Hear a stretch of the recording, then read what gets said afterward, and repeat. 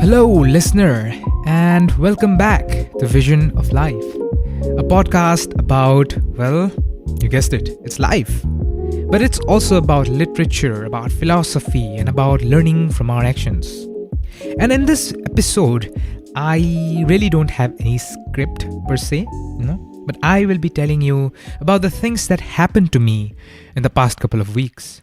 Let me tell you, it was really chaotic. But before we start today's episode, I just wanted to say that if you enjoy the podcast and want to help keep it going, consider buying me a coffee. Or if you're Indian, a cup of chai would work wonders. It is a simple way to support what I do, and it helps me to keep myself motivated for bringing you more such things like this. You can find the link of everything of how you can support me in the description below. And anyway, I thank you very much for listening. I appreciate it a lot. Now, going back to November chaos.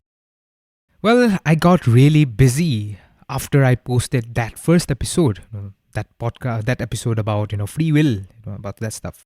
And the reason is that I had my exams. I really couldn't post anything, couldn't write anything. I had exams. And of course, I hate exams, as many of you do. But the reason I hate exams is not the commonplace. It's that I think exams are a really bad way of analyzing one's subject knowledge. Sure, it might be a viable way to evaluate when you're analyzing a ton of people, and tons of students. But when you're analyzing someone's individual knowledge, individual capacities, I don't think that it's the right method. I mean, it's subject to Goodhart's law. There is a thing called Goodhart's law. It says that when a measure becomes a goal, it ceases to be a good measure. What that means is that a test is a measure, right? It's measuring, it's a method to measure one's capabilities or something. But it becomes a goal.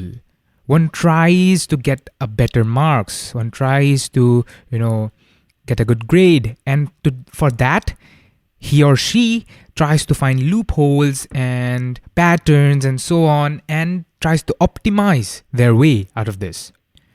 And that makes things worse, I am guilty of that.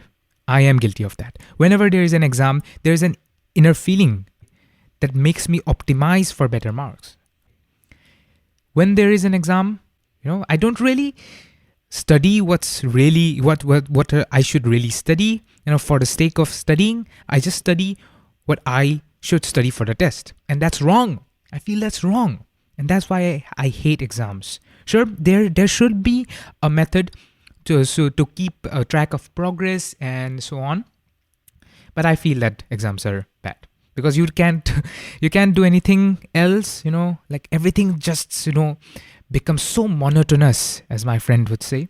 So monotonous and so suffocating and all that stuff. Yeah. And I realized one thing. I realized that my creativity, it just peaks. It just peaks when I'm, giving my exams.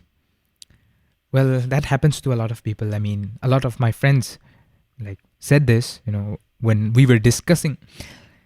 And that I feel is because of, all the frustration, all the suffocation that I just said.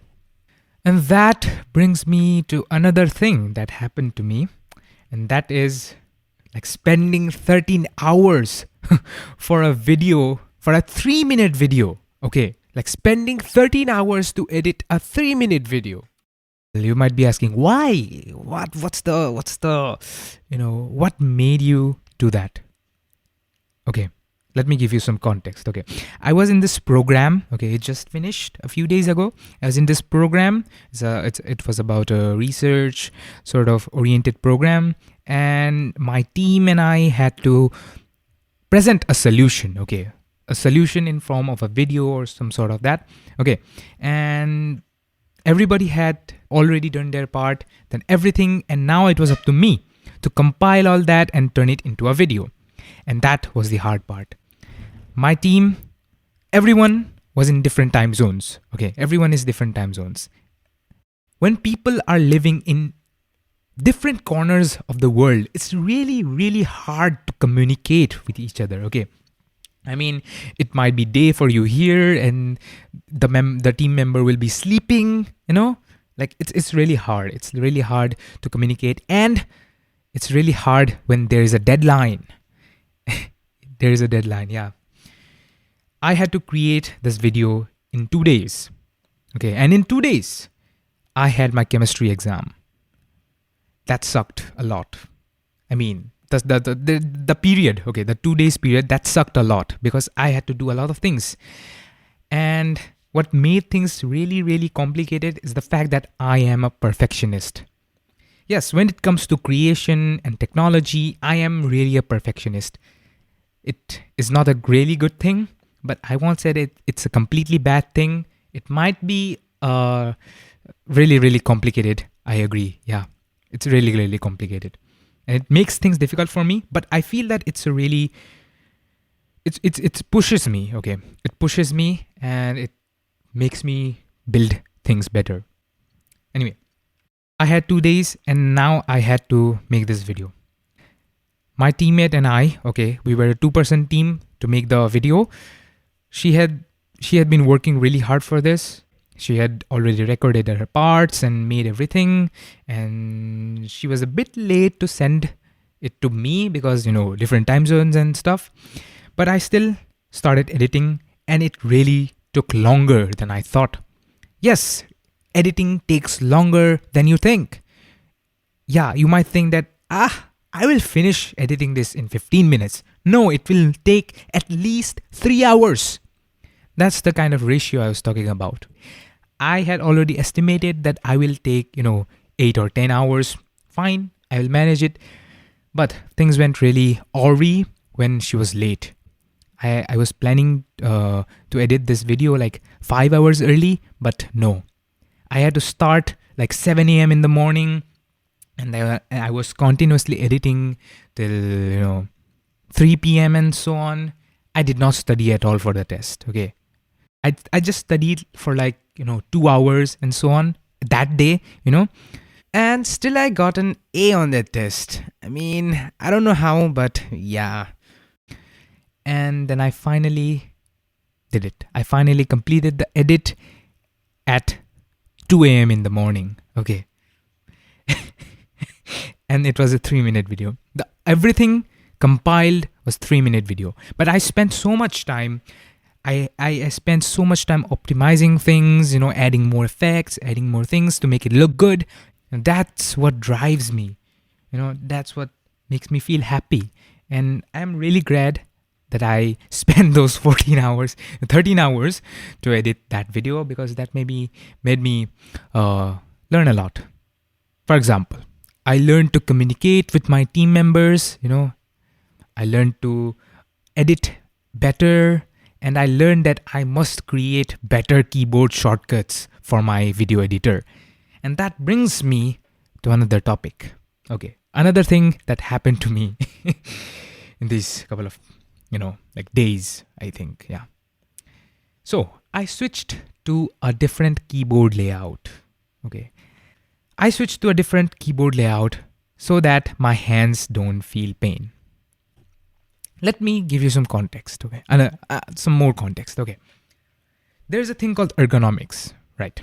Ergonomics, like placing your hand in such a way that it feels less pain. That natural state of our body, okay? Natural state where it should be, Many things that we use, the technology like computers and mouses and keyboards and stuff, they are not natural. The positions that we use them in, they are not natural.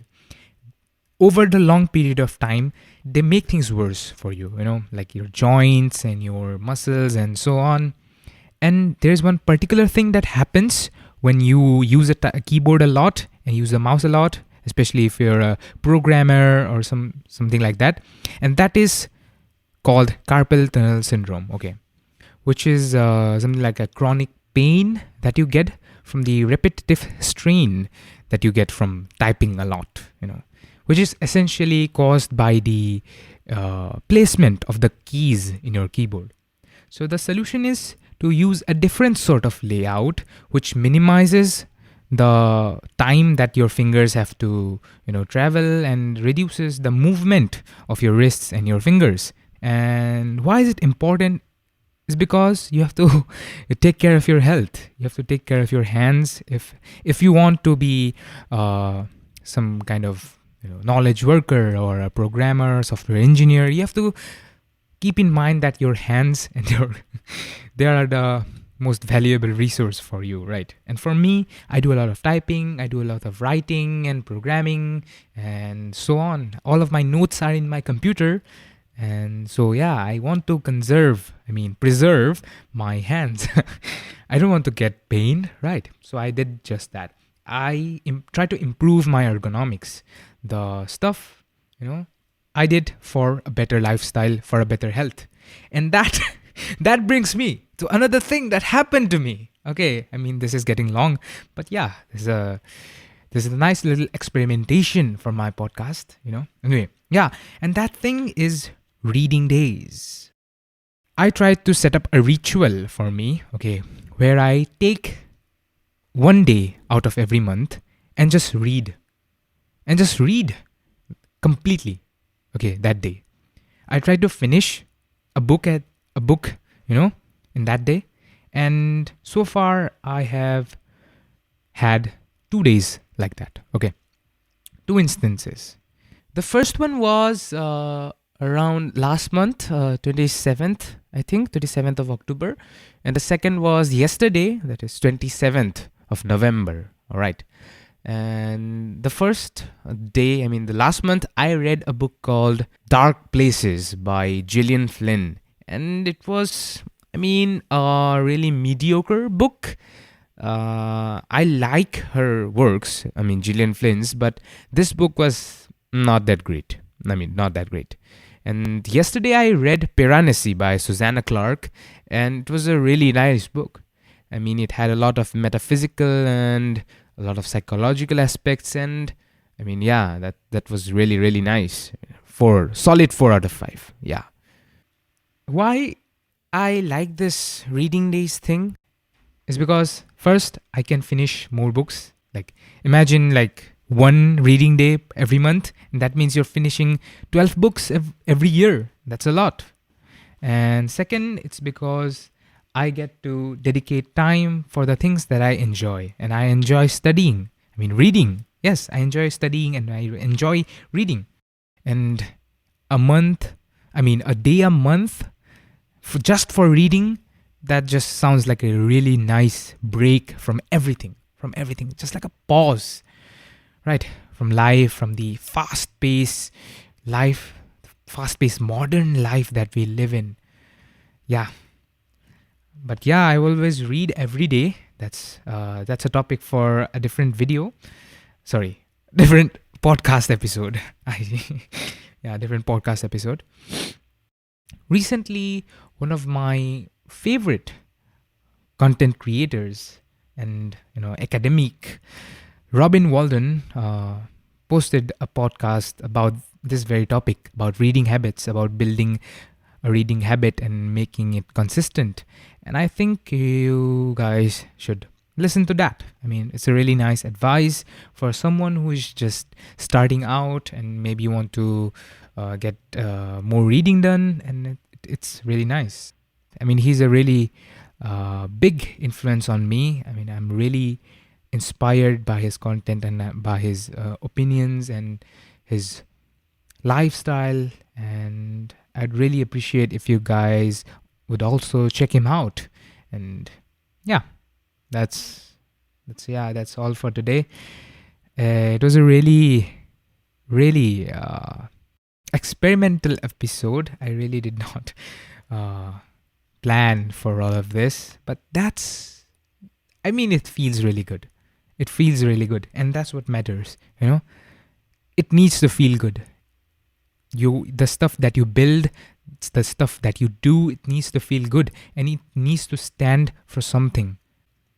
And I feel that this stands for something. This stands for the things that I love. Everything that I create is a tribute to the things that I have created before. I mean, I'm always growing, and so are you. Everybody is growing.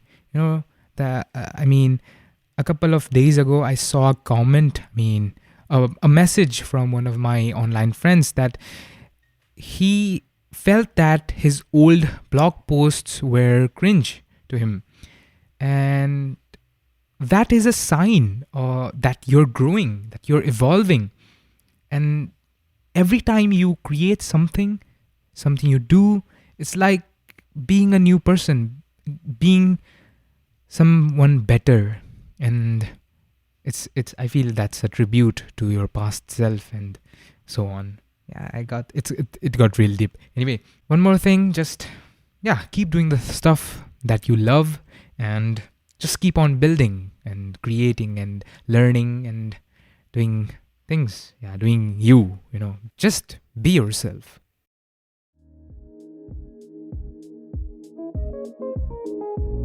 And that's all for this episode of Vision of Life. Let me know in the comments or maybe email me about what happens during your exams. Do you get these kind of urges to create? Do you, forget about studies? And do you feel that life is much more than exams and yada yada yada? Whatever, just email me and I'll make sure to reply. All right. So, take care of yourself and have a great day.